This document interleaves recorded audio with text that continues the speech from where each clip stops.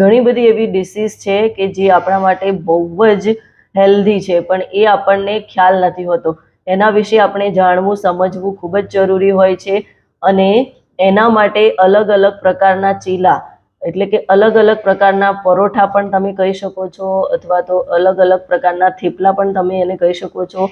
ગુજરાતીમાં જે લોકોને જે પ્રમાણેનું એરિયા વાઇઝ નામ જે રીતે બોલતા હોય એ રીતે એ લોકો કહી શકે છે. કેમ કે અલગ અલગ પ્રકારના ચીલા આપણે લઈએ છીએ તો એ પણ આપણા માટે ખૂબ જ હેલ્ધી હોય છે.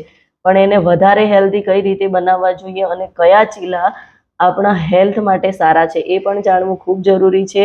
અને એના વિશે જ આજે હું તમારી સમક્ષ વાત કરવાની છું કે તમે ડિફરન્ટ 7 થી 8 પ્રકારના ચીલાનો યુઝ કરીને તમને એવું લાગતું હોય કે અમે બોરિંગ ખાવાનું ખાઈએ છીએ અને હેલ્ધી વસ્તુ બોરિંગ જ હોય છે, તો નહીં, તમે આ એક વખત ચીલા ટ્રાય કરશો તો તમને ઓબ્વિયસલી જાતે જ ખ્યાલ આવી જશે કે નહીં, ખરેખર હેલ્ધી ખાવાનું પણ ખૂબ જ ટેસ્ટી હોઈ શકે છે અને ખૂબ જ ટેસ્ટી એને આપણે બનાવી પણ શકીએ છીએ. બસ એના માટે એક પરફેક્ટ ગાઈડન્સની અને ચોઈસની આપણને ખ્યાલ હોવી જોઈએ કે આપણા માટે કઈ વસ્તુ બેસ્ટ છે.